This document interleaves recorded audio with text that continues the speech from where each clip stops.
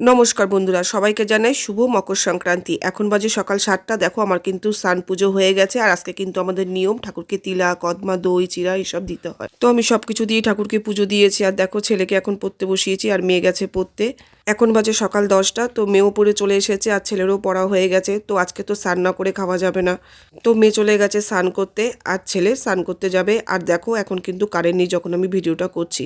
আর এখানে আমি সমস্ত কিছু নিয়ে নিয়েছি, দই, খই, চিড়া, মুড়ি, তিলা, কদমা, সন্দেশ, সমস্ত কিছু কলা দিয়ে আমি এখন এটাকে ভালো করেই মাখবো। তো মেয়েকে বলছিলাম কি আলাদা দিয়ে দেবো তোদের, ও বলছে না মা তুমিই মাখো। তো আমি মেখে এবার দুই ভাই বোনের জন্য আলাদা করেই বেড়ে দিই। তো মেয়ের তো জোর খিদে পেয়ে গেছে, তো মেয়েকে দিয়ে দিলাম খেতে। আর ছেলে এখনো স্নান করে আসেনি। আর এই মাখাটা কিন্তু অসাধারণ হয়।